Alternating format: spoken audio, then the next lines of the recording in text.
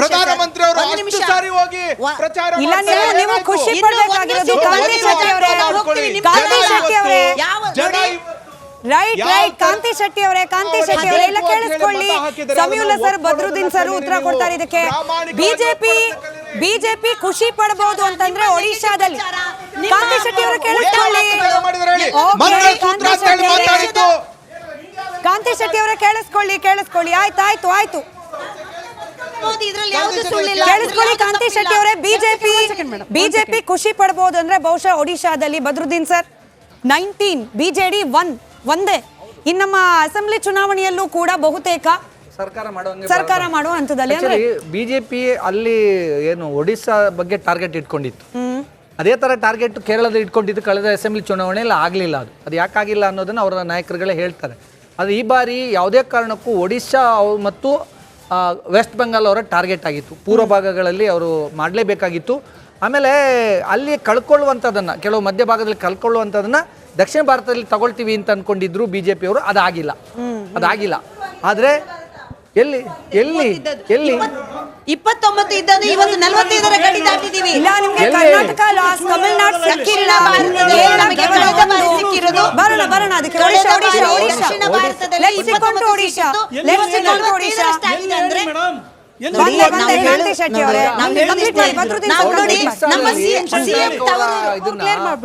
ಪಾರುಪತ್ಯ ಮುರಿಯೋದು ದೊಡ್ಡ ಸವಾಲೇ ಆಗಿತ್ತು. ಅಲ್ಲಿ ನಿಜವಾಗ್ಲೂ ಕಾಂಗ್ರೆಸ್ನವರ ಏನು ಮೂರ್ಖತನ ಇದೆಯಲ್ಲ, ಅವರು ಅಲ್ಲಿ ಆಡಳಿತ ಎಷ್ಟೋ ವರ್ಷಗಳಿಂದ ಮಾಡ್ಕೊಬಂದವರು. ಯಾವಾಗ ಜನತಾ ಪರಿವಾರ ಬಿಜು ಜನತಾದಳ ಅಲ್ಲಿ ಅಧಿಕಾರಕ್ಕೆ ಬಂತು, ಅದಾದ್ಮೇಲೆ ಕಾಂಗ್ರೆಸ್ನವರು ಒಂದು ಪರಿಣಾಮಕಾರಿ ವಿರೋಧ ಪಕ್ಷವಾಗಿ ಕೆಲಸನೇ ಮಾಡಿಲ್ಲ. ಸೋತ ಕಡೆ ಏನು ಮಾಡಿಬಿಡ್ತಾರೆ ಇವರು ಆದರೆ ಅದನ್ನು ಪರಿಣಾಮಕಾರಿಯಾಗಿ ಬಳಸ್ಕೊಂಡಂಥ ಬಿಜೆಪಿ ನೋಡಿ, ಸಂಸದನೂ ಅಲ್ಲದವನ್ನ ಕೇಂದ್ರ ಮಂತ್ರಿ ಮಾಡಿ, ಯಾರನ್ನ, ಧರ್ಮೇಂದ್ರ ಪ್ರಧಾನ್ನ ಅಲ್ಲಿ ಒಬ್ಬ ಯುವ ನಾಯಕನನ್ನು ಗುರುತಿಸ್ಕೊಂಡು ಅಲ್ಲಿ ಕೆಲಸ ಮಾಡಿದ್ರು. ಅದಕ್ಕೆ ಅವ್ರಿಗೆ ಇವತ್ತು ಫಲ ಸಿಕ್ಕಿದೆ. ಎಲ್ಲಿ ಕೆಲಸ ಮಾಡುತ್ತೋ ಅಲ್ಲಿ ಫಲ ಸಿಕ್ಕಿದಾಗ ನಾವು ಅವ್ರನ್ನ ಅಪ್ರಿಷಿಯೇಟ್ ಮಾಡಬೇಕು. ಒಡಿಶಾದ ಯಶಸ್ಸು ಇದೆಯಲ್ಲ, ಇಟ್ಸ್ ಒಳ್ಳೆ ಅಚೀವ್ಮೆಂಟ್ ಅಂತಲೇ ಹೇಳ್ಬೋದು. ಈಗ ನಾವು ಬೇರೆ ಕಡೆ ಅಲ್ಲಿ ಏನು ನಾರ್ತ್ ಈಸ್ಟಲ್ಲಿ ಬಿಜೆಪಿ ಒಂದು ಸೀಟು ಗೆಲ್ಲಕ್ಕಾಗ್ತಿರ್ಲಿಲ್ಲ ಆ ಭಾಗದಲ್ಲಿ. ಹೇಗೆ ಅರುಣಾಚಲ ನೋಡಿ, ಎಲ್ಲ ಕಡೆ ಅವರು ಅಸ್ಸಾಂ ನೋಡಿ, ಅಸ್ಸಾಮಲ್ಲಿ ಎಷ್ಟು ದಶಕಗಳ ಕಾಲ ಆಡಳಿತ ಮಾಡಿದಂಥ ಕಾಂಗ್ರೆಸ್ ಇವತ್ತು ಹೀನಾಯವಾಗಿ ಸೋಲ್ತಾ ಇದೆ ಅಲ್ಲಿ. ಯಾಕೆಂತ ಹೇಳಿದ್ರೆ ಸೋತ ನಂತರ ಮತ್ತೆ ಕಾಂಗ್ರೆಸ್ ಅಲ್ಲಿ ಹೋಗಲ್ಲ ಬಿಜೆಪಿ. ನಾವು ಆವಾಗಲಿಂದ ಬರೀ ನ್ಯಾಷನಲ್ ಪಾರ್ಟಿಗಳ ಕಡೆನೇ ಕಾನ್ಸಂಟ್ರೇಟ್ ಮಾಡ್ತಿದ್ದೀವಿ. ಬಟ್ ಈ ಸರಿಯ ಚುನಾವಣಾ ಫಲಿತಾಂಶ ಇದೆಯಲ್ಲ, ಕಂಪ್ಲೀಟ್ ಕಾಂಗ್ರೆಸ್ ಆಗಲಿ ಅಥವಾ ಬಿಜೆಪಿ ಆಗಲಿ ರಾಷ್ಟ್ರ ರಾಜಕಾರಣ ಕಂಟ್ರೋಲ್ ಮಾಡ್ತಿರೋದು ರೀಜನಲ್ ಪಾರ್ಟಿನೇ. ಈಗ ನೋಡಿ, ಶರದ್ ಪವಾರ್ ಅಲ್ಲಿ ಮಹಾರಾಷ್ಟ್ರ ರಾಜಕಾರಣಕ್ಕೆ ಹೊಸ ತಿರುವು ಕೊಟ್ಟರು. ಅಖಿಲೇಶ್ ಯಾದವ್ ಅಲ್ಲಿ ಭಾರತ ರಾಜಕಾರಣಕ್ಕೆ ಯುಪಿನಲ್ಲಿ ಹೊಸ ತಿರುವು ಕೊಟ್ಟರು. ಆಮೇಲೆ ಮಮತಾ ಬ್ಯಾನರ್ಜಿ ಅವರು ಹೊಸ ತಿರುವು ಕೊಟ್ಟರು. ಪ್ರತಿಪಕ್ಷ ರಾಜಕಾರಣ ಕಟ್ಟಿದ್ದು ರಾಹುಲ್ ಗಾಂಧಿ ಅಲ್ಲ, ಪ್ರತಿಪಕ್ಷ ರಾಜಕಾರಣ ಕಟ್ಟಿದ್ದು ಶರದ್ ಪವಾರ್, ಮಮತಾ ಬ್ಯಾನರ್ಜಿ, ಆಮೇಲೆ ಅಖಿಲೇಶ್ ಯಾದವ್. ಹಾಗೇನೆ ಬಿಜೆಪಿ ಕೂಡ ಸೋಕಾಲ್ಡ್ ನ್ಯಾಷನಲ್ ಪಾರ್ಟಿ, ಸೋಕಾಲ್ಡ್ ಅಲ್ಲಿ ಬೇಡ, ದೊಡ್ಡ ನ್ಯಾಷನಲ್ ಪಾರ್ಟಿಯಾಗಿ ಇಟ್ಕೊಂಡು ಅವರು ಕೂಡ ಈಗ ನಿತೀಶು, ಚಂದ್ರಬಾಬು ನಾಯ್ಡು, ಈಗ ಚಂದ್ರಬಾಬು ನಾಯ್ಡು ಅವರ ಇದರಲ್ಲಿ ಅವರ ಪ್ರಣಾಳಿಕೆಯಲ್ಲಿ ಇಂಪಾರ್ಟೆಂಟ್ ಇರೋದೇ ಮುಸ್ಲಿಮ್ಸ್ ರಿಸರ್ವೇಶನ್ ಕೊಡ್ತೀನಿ ಅಂತ. ಅವ್ರು ಕೊಡಲ್ಲ ಅಂದ್ರೆ ನಾವು ಕೊಡ್ತೀವಿ, ಅವ್ರು ಕೊಡಲ್ಲ ಅಂದ್ರೆ ನಾನು ಕೊಡ್ತೀನಿ ಅಂತ. ಅದಕ್ಕೆ ಅವಾಗಲೇ ಚರ್ಚೆ ಮಾಡ್ತಿದ್ವಿ. ಈಗ ಅವ್ರನ್ನ NDA ಕನ್ವೀನರ್ ಎಕ್ಸಾಕ್ಟ್ಲಿ. ಇವಾಗ ನೀವು ಇದ್ರ ಇಲ್ಲ ನನಗೆ ಗೊತ್ತಿಲ್ಲ ಸರ್, ನೀವು ಬರಕ್ ಮುಂಚೆ ಈ 295 ಇದೆಯಲ್ಲ, ಇದೇ ರಿಸಲ್ಟ್ ಆಗಿ ಪರಿಣಮಿಸಿದ್ರೆ ಮಹತ್ವಾಕಾಂಕ್ಷಿ ಯೋಜನೆಗಳು UCC, CAA, one nation one election ಬಿಜೆಪಿಗಿಲ್ಲ. ಹೌದು, ಕನ್ವಿನ್ಸ್ ಮಾಡಕ್ಕೆ ಎಷ್ಟು ಕಷ್ಟ.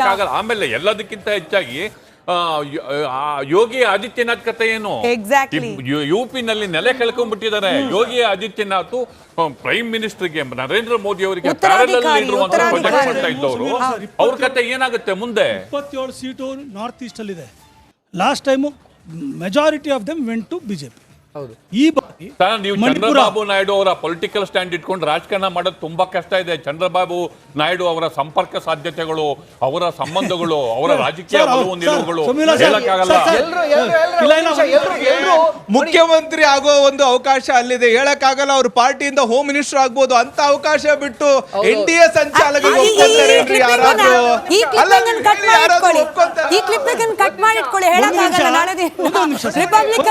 ಮೊದಲು ಬ್ರೇಕ್ ಆಗಿದ್ದು ಬದ್ರುದ್ದೀನ್ ಸರ್. ಪಾಸಿಬಿಲಿಟೀಸ್ ಇದೆ ಕ್ಲಿಪ್ಪಿಂಗ್ ನ. ಆಮ್ ಆದ್ಮಿ ಪಕ್ಷ ವಕ್ತಾರರ ಕ್ಲಿಪ್ಪಿಂಗ್ ಅನ್ನ ಕಟ್ ಮಾಡಿ ಇಟ್ಕೊಳ್ಳಿ. ಹೋಮ್ ಮಿನಿಸ್ಟರ್ ಡಿಮ್ಯಾಂಡ್ ಮಾಡಬಹುದು ಅಂತ ನಾಯ್ಡು ಅವರು ಹೋಮ್ ಮಿನಿಸ್ಟರ್ ಡಿಮ್ಯಾಂಡ್ ಮಾಡಬಹುದು. ಯಾವತ್ತೂ ಯಾರ ಜೊತೆಗೂ ಪರ್ಮನೆಂಟ್ ಆಗಿ ಇರೋ ಅಲೆ ಅವರು ಅಲ್ಲ, JDU-ನ ನಿತೀಶ್ ಕುಮಾರ್ ಅವರು ಅಲ್ಲ. ಒಂದು ನಿತೀಶ್ ಕುಮಾರ್ ಅವ್ರ ಬಗ್ಗೆ ಹೇಳ್ಬೇಕಂದ್ರೆ ಇಡೀ ದೇಶದಲ್ಲೇ ಅತ್ಯಂತ ಒಂಥರ ಲಕ್ಕಿಯೆಸ್ಟ್ ಪೊಲಿಟಿಷಿಯನ್ ಅಂದ್ರೆ ಅವರೇನೆ. ಒಂದು ಸಾರಿನೂ ಅವ್ರ ಪಕ್ಷಕ್ಕೆ ಸಿಂಗಲ್ ಮೆಜಾರಿಟಿ ಇಲ್ದೇನೆ ಅಷ್ಟು ಸಾರಿ ಸಿಎಂ ಆದ್ರು. ಇವಾಗ ಅವ್ರು PM ಆಗಲ್ಲ ಅಂತ ಏನ್ ಗ್ಯಾರಂಟಿ ಇದೆ ಹೇಳಿ? ಇವಾಗ NDA ಅಲ್ಲಿ ಅವ್ರಿಗೆ ಏನೋ ಮಿನಿಸ್ಟ್ರಿ ಕೊಡ್ಬೋದು. ಇಂಡಿಯಾ ನಿತೀಶ್ ಕುಮಾರ್ ಸರ್ಕಾರ ಇಲ್ಲ ನಿಮ್ದೆ ಎಲ್ಲರ ಹತ್ರನೂ ಸಂಪರ್ಕ ಕಾಂಗ್ರೆಸ್ ಇಂದ ಬೇರೆ ಬೇರೆ ಪಕ್ಷಗಳಿಂದ 3 ದಿನದಿಂದ ನಡೀತಾ ಇದೆ. ನಿಮ್ದೇ ಲಾಜಿಕ್. ಸರ್ಕಾರ ಹೆಸರು NDA, prime minister Nitish Kumar, home minister Chandrababu Naidu. ಇದು ಮಜಾ. ಇದು ಮಜಾ ರಾಜಕೀಯ ಅಂದ್ರೆ ಏನ್? ಅದು 48 ಗಂಟೆ ಸಮಯ ಕೇಳಿದಾರೆ ಅವರು. ನೋಡಿ 24 ಗಂಟೆಲಿ ಡಿಸೈಡ್ ಮಾಡ್ತೀನಿ ಅಲ್ಲ, 48 ಗಂಟೆಲಿ ಏನ್ ಬೇಕಾದ್ರೂ ಆಗುತ್ತೆ. ದೇಶದಲ್ಲಿ ಬಿಜೆಪಿಯೇತರ ಸರ್ಕಾರ ಬರೋದಕ್ಕೆ ಎಲ್ಲಾ ಕಾರಣಗಳು ಕಣ್ಮುಂದೆ ಕಾಣಿಸ್ತಾ ಇದೆ. ಬಿಜೆಪಿ 240 ದಾಟ್ತಾ ಇಲ್ಲ ಇವತ್ತು. ನಿಮಿಷ ಭದ್ರು ಸರ್ ನಿಜ ಆಗಬಹುದಾ ಅಂತದ್ದು ಏನು ನೋಡಿ, ನಿಮ್ಮ ಕಣ್ಣ ಮುಂದೆನೆ ಸ್ಕ್ರೀನ್ ಅಲ್ಲಿ 296 ಕಾಣಿಸಿದ್ರು ಕೂಡ NDA ತರ ಅಂತ ಹೇಳ್ತಿರಲ್ರಿ, ಏನು ಅನ್ಸಲ್ವಾ ನಿಮ್ಗೆ? ಅಲ್ಲ ನಿಮ್ಮ ಒಂದ್ ನಿಮಿಷ ಭದ್ರು ಸರ್ ನಿಮ್ಮ ಒಂದು ಪೊಲಿಟಿಕಲ್ ರಿಪೋರ್ಟಿಂಗ್ ನ ಒಂದು ಕೆರಿಯರ್ ನಲ್ಲಿ ನಾಯಕರುಗಳೆಲ್ಲ ಬರೀ ಸಿಚುಯೇಷನ್ ಬಂದಾಗ ಏನೆಲ್ಲ ಬೆಳವಣಿಗೆ ಆಗಿತ್ತು? ಒಂದು ನಿಮಿಷ ಕೇಳ್ಬಿಡಿ.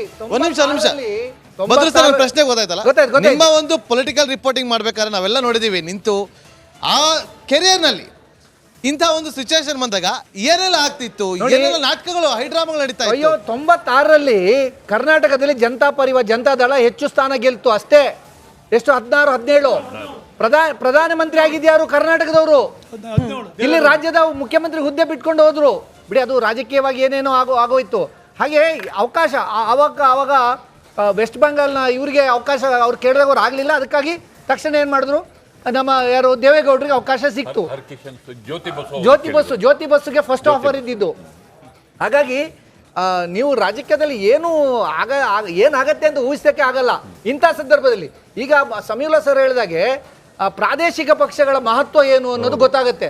ನೋಡಿ, ನೀವು ಯಾವತ್ತೂ ನೋಡಿ ರಾಷ್ಟ್ರೀಯ ಪಕ್ಷಗಳು ಕಾಂಗ್ರೆಸ್ ಮತ್ತು BJP ಇರ್ಬೋದು, ಯಾರ್ಯಾರ ಜೊತೆಯಲ್ಲಿ ಅಲಯನ್ಸ್ ಮಾಡ್ಕೊಂಡು ಬಂದಿದ್ದವರು ಸ್ಥಳೀಯವಾಗಿ ಪ್ರಾದೇಶಿಕವಾಗಿ ಅವ್ರನ್ನೆಲ್ಲರನ್ನೂ ಅಪೋಷನ್ ಮಾಡ್ಕೊಂಡು ತಗೊಂಡೇ ಬಂದಿದ್ದಾರೆ. ಅವರು ಇವತ್ತು JDSಗೂ ಕೂಡ ನೋಡಿ ಭವಿಷ್ಯದಲ್ಲಿ ಗೊತ್ತಾಗುತ್ತೆ. ಕಾಂತಿ ಶೆಟ್ಟರ್ ಹೇಳ್ತಾರೆ ಹಳೆ ಮೈಸೂರು ಭಾಗದಲ್ಲಿ ಲಾಭ ಆಗಿದೆ ಅಂತ. ಅದು ಭವಿಷ್ಯದಲ್ಲಿ JDS ಹೇಗೆ ನಷ್ಟ ಆಗತ್ತೆ ಅಂತ ನಿಮಗೆ ಗೊತ್ತಾಗುತ್ತೆ.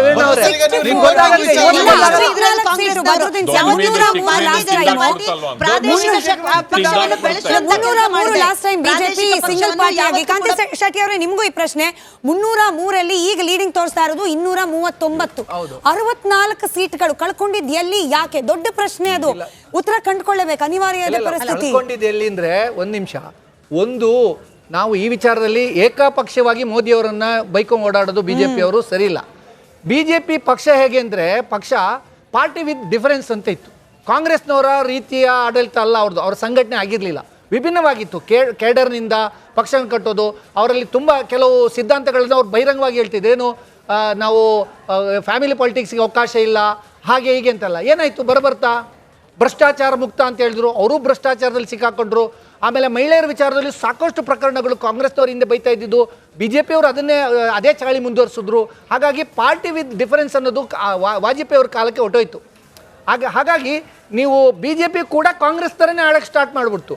ಅದೇ 10 ವರ್ಷ ಆಡಳಿತ ಮಾಡಿದ ತಕ್ಷಣ ಅದೇ ಏನಾಯಿತು, 10 ವರ್ಷ ಆಡಳಿತ ಆದ ತಕ್ಷಣ ಮೋದಿ ಅಧಿಕಾರ ಅನುಭವಿಸ್ತಾ ಇದ್ದಾರೆ, ಮೋದಿಗೆ ಹತ್ರ ಅವರಿದ್ದಾರೆ, ನಮಗಿಲ್ಲ ಅಂತೇಳಿ ಇಲ್ಲಿ ಕೆಳಗಡೆ ಅವರು ಕಿತ್ತಾಡಕ್ಕೆ ಶುರು ಮಾಡ್ತಾರೆ.